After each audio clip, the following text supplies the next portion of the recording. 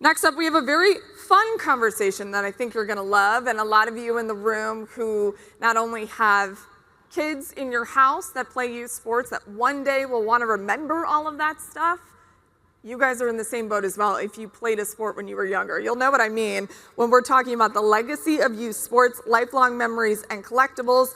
Please welcome Natalie Setton, Darren Rovell, and Steve Ziff.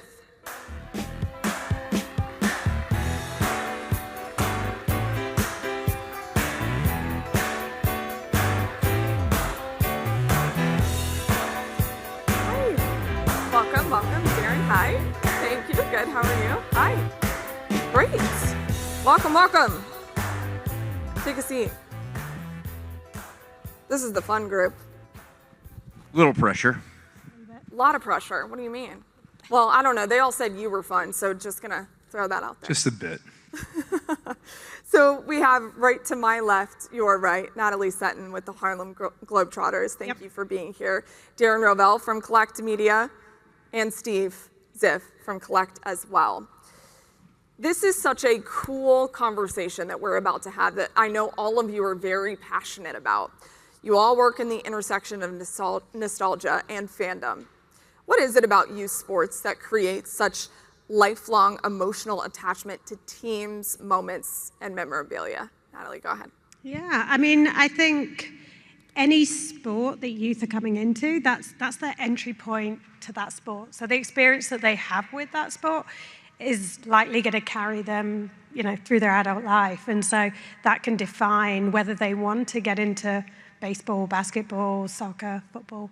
And then that can really shape how their future kind of evolves, which I think is super exciting. But that comes with responsibility as well when you're working with sports that is an entry point for young people. For me, it's remembering all the names and the things that I did when I was 10 or 11. I knew when I was 10 that I was not going to be a professional player of any sort, which is why I became a journalist. And I knew I was going to become a journalist before anyone else, so that gave me a little advantage.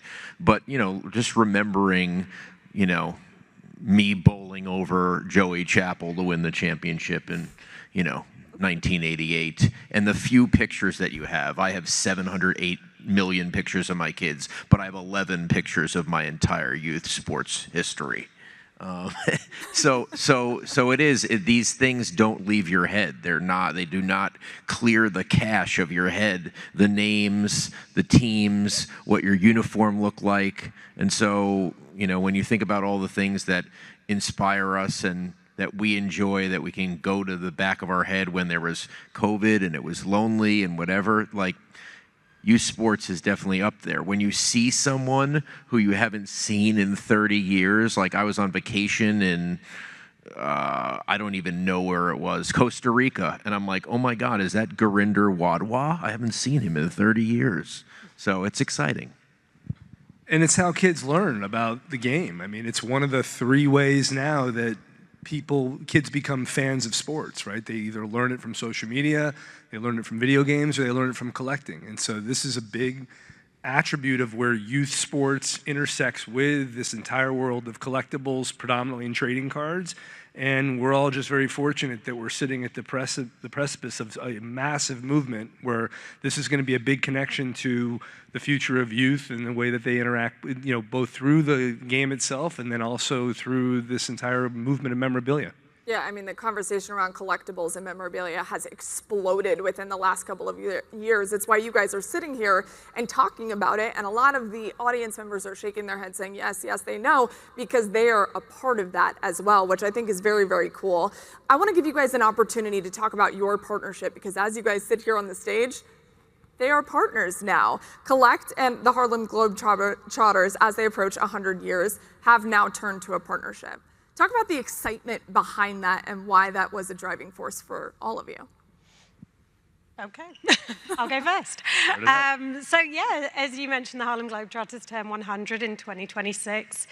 For me, what's so incredible about that is when you think about that, right? When it's 1926, the first all-black professional basketball team to go out there. The stories, the history, the trailblazing, the entry point for women in basketball, the Globetrotters have driven that over the past 100 years. So the idea and the prospect of partnering with Steve and Darren around all of that rich storytelling and how you can bring that to life in product that can connect with youth, that can connect with adults, that can connect with all those multi-generations through getting smart, getting creative, and tapping into their interest areas was just phenomenally exciting. So, yeah, thrilled to have been bringing this to life with these guys. I think the thing that really was exciting when we first started talking with Natalie and Keith was really the part about the interest in storytelling. There's so much that they've done historically when you go to a Globetrotters event that's merchandising driven. It's part of the experience. I think a lot of youth-oriented and family-oriented entertainment have got a great handle on merchandising. But this was one area that we were really, as the 100th anniversary was coming, we were really excited to dive into, which is how can we authenticate elements that come live from their 100th year right off the court and bring them into form, productize them, and bring them into places where kids can experience them and really savor that 100-year special moment in a collectible piece of memorabilia or something historic. And it's not just it's the what, with the story, and then how do you deliver what kids expect in collectibles at a Harlem Globetrotters game. It's not just what they're going to get, it's the gamification. We live in a degenerate economy, whether it's gambling or Bitcoin, or my 11-year-old twin sons are opening up packs, and if they don't get a one-of-one gold foil, they literally throw it in the garbage 2 seconds later. So how do you gamify things? And we've spoken to the Globetrotters about doing things where, there's a game to it. You open up something and it might not be what they want, or it is definitely what they want, and then they want to trade it, and then they want to buy it, and then it goes to a secondary market like eBay. So, you have to, it's not just it's not just the collectible, it's taking what they see in the other world of collectibles that they're doing every day, that they see at card shows, and then how do you get it to your world? It's interesting that you say that because you're talking about the evolution of collectibles. And it used to be shoeboxes of cards, which I'm sure all of you have. I did as well, under my bed as a kid. Now it's digital, it's experimental. You're trying to be at the forefront of how this changes. It's even NIL driven at times now. Where do you see the biggest growth opportunities in youth sports collectibles over the next 10 years? Yeah, for me, it's just in quality. I still have my Little League cards that were made. A dot matrix printer. Dot matrix printer and attached with rubber cement. But I think it hasn't evolved enough since then. Just to there is a opportunity now to bring the quality of youth sports collectibles to what we see reflected in the regular market. And, that you could actually have, game used patch cards. And you can have things that from the tournament become, if it's not in the parents' room, it's in the kids' room, and the quality matches again what's in the market. That opportunity is now here. So it goes beyond the posters and the pictures, and it really lies in the fact that, you guys know the money that is captured here. Well, parents want to spend even more money. And if it's greater, they'll spend. That's what we've seen in companies that we've consulted with, in teams and leagues and brands, that their customers, their fans will spend more money for better quality. It almost throws out what they know they have in their wallet if they see something that they've never seen before, or, as I say, it's something that my wife will allow me to put in the general area instead of the small area that has been designated my man cave, that she will not let anyone see. Aside from that, I think it also, we work with a lot of professional and college properties on the preservation side, and I think a big part of what's missing in the ecosystem of youth sports in this regard is that preservation of the values that come from the game that parents want to remember and hold sacrosanct as their child grows beyond playing, right? Some kids don't continue to play past a certain point, but I think to the parent, these memories are really, really special. And as a parent of 2 young athletes that are both in high school, I know our time is running out to not only preserve the memories of them being at their games or being on the court, but also what are we going to take and hold as parents to remember it by and share with them, let alone the photos that generally exist. Is there anything else that can be memorable and authentic that comes from their actual time on the field that can be commemorative in a way that is really special to hold on to? And for obviously anyone that plays the game and moves on to the college and the pro level, those collectibles will be cherished by collectors at a much broader basis, right? We were celebrating Paul Skeens' debut patch card as a Pittsburgh Pirate, but what about his 9-year-old debut patch card in the future, right? And I think that's where there's a whole open door to collectibles and the parents and kids that will celebrate them, into the future that we're really excited to participate in. There's something that has not been contemplated before, which is what happens if you allow the people, the parents, the kids to have some collectible from the people that they play, and then at this level, at the LakePoint level, at the best of the best, there is some excitement with like, oh my God, of course we lost the championship game, but I have a piece of that guy's glove, and now I'm rooting for him to do well. How much is in the general area now? Has your wife allowed? All collect products, but not. We're getting there. Not much. You guys have shown me some examples too on the call that we had before this, and it's really, really cool. And I know that when you show parents of athletes and younger athletes as well examples of what this could look like, what's the reaction? They're excited. I mean, to put it mildly, that was a worse way to say excitement. They're excited, but they're really excited. I mean, honestly, there's just so many new forms of collectibles. Darren's going to show you an example here in a second, but I think that's the stuff that we're excited to work with properties to also do is dream up, think collectibles that have never been built before, right? There's a lot of examples of merchandise that exist, but when we break it down, and the word collectible is just like a word like culture. It's like overused. It's got 71 meanings, but I think the basis of it is trying to identify products that have a story. And when you can get to their story level, and then you're buying a product or you're acquiring a product, and you're really acquiring its story, it connects with youth now differently because to them, living in the social media lifestyle, they're really focused on getting access to stories. The reason that they love nostalgia and physical products is because they live in an all digital world. Right? So those products are actually representations of their future that they can show. It becomes like a badge of identity that they own something, they own its story they can share, they can tell. That's the currency that they trade in. And that's where when you start to develop really cool products like he's going to show, it actually fortifies what kids today care about in this form versus our generation. Yeah, this is the kind of the lowest level, but just great quality. And if you guys want to see this up close, be glad to show it to you after, but we knew St. John's was going to win the Big East title. We went to Madison Square Garden and said, what can we get? They said, well, the Carpenters Union is going to scrape the floor, and you have to actually let them put this stuff in the garbage, but then you can take it out of the garbage.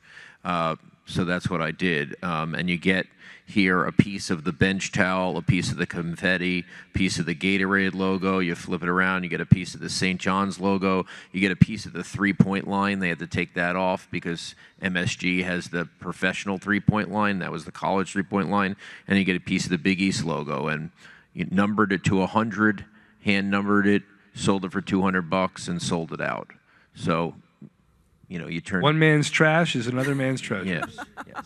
Yeah, but that's something that you hang on to forever, and it brings up different memories when you look at it as well. You're talking about, down to the second of what happened in that game, but when you see it and when you have a piece of it, you get to talk about it, you get to reminisce, you get to show the people around you that you care about those moments that you cared about as a kid as well, which I think is very cool. Natalie, the Globetrotters, as we all know, have inspired so many generations of human beings. How do you preserve that legacy while also capturing the attention of some of these younger generations, kids who, as we've mentioned, are scrolling so fast on their phones, and that's kind of where they live? How do you balance that? Yeah, it's a great question. I mean, it's a fine balance. You know, as we talk about our audiences, it's anyone from 5 to 95. You know, the age of the Globetrotters. When we talk to partners, to friends, to people, everyone's got their Harlem Globetrotters story, and that's incredible. But it's also that's a legacy that you have to continue to live up to. But over all these decades, the way people are consuming content, the way they're interacting with brands is just fragmented so much. You have to be everywhere where your consumers are consuming. So, you know, for us, this idea of the Harlem Globetrotters being this global live tour and that only is just not enough. So, you know, and exactly reaching those new audiences, you can't show up in a city one day a year and expect everyone to love and engage with your brand. You have to be across all of social. You have to utilize your players, your talent as content creators, as influencers in their own right. You have to partner with incredible partners that can allow you to reach audiences with different creative, apparel collaborations, to collectibles, to trading cards, to video games. You know, and so we've been on this kind of big journey over these past sort of 4 years to really make sure that everywhere where consumers are consuming any and all forms of content, including product, that the Globetrotters are there and creatively executed in a way that drives appeal, drives engagement and fandom. And it's a journey, and we're still on it. But, you know, back on TV for the first time in 40 years, but still, you know, there's a lot more work to be done that we continue to drive and continue to challenge ourselves with. Starting to bridge the gap between generations too, because, you know, kids' parents out there saying Harlem Globetrotters, I grew up watching them, and now their kids can be associated with it as well, which I think is very awesome. Yes. We're running out of time here, so I want to fast forward to 5 years for each of you. I know it's hard to look ahead in the future. What does success look like for you, for Cllct and for the Globetrotters? Any one of you can take it first. For me, it's to make sure that every place that can be monetized, you know, in this world, and preservation and monetization, right? So like that teams know what they're doing. They're thinking about standard operating procedures in terms of collecting. They know how to collect. They know when the moments happen they collect. There's no question when something happens in the locker room. What happens? We take it, we bag it, we tag it, we decide what we're doing with it before it even happens. And so in 5 years to basically see every part of the memorabilia industry professionalized at a Six Sigma level, you know, I think that can be done. And in the interest of history and making money, I think it will be done. And I think we'll be a major partner to many of the organizations to make that happen. To add to that, I also would love us to become, you know, the basis for data and technology in this space. I think we have a lot of opportunity because we're not right now a D2C company to focus specifically on building technology that helps companies fortify what Darren was talking about in those preservation and monetization moments, but also leads us to become the oracle of data for this industry to provide it to brands and other companies that would like to really tap into it. And I think from my side, I mean, gosh. The Globetrotters are 105 years old. When they're 105. Celebrating our 5th year of partnership with Cllct. Yes. No, Manifest it. It's good. I like it. Yeah. I mean, I would just hope that we are, like I was saying, I mean, storytelling, that we're connecting with fans and audiences everywhere and anywhere. And then to the youth sports side, that young basketball athletes really understand and see the Harlem Globetrotters as a destination for you know, their future as well. So, you know, yes, there is the, you know, the G League. Yes, there is the NBA. There is a finite number of slots there. So I think, you know, we want to make sure that young athletes are really looking at the Globetrotters as a relevant, exciting, dynamic organization as well to be part of. All of you in the industry of nostalgia, and it's very, very cool to hear from all of you when it comes to the future of everything collectibles, nostalgia, et cetera. You guys, thank you so much. I appreciate it. Round of applause. Thank you. You guys can head off that. Thank you so much. You were wonderful.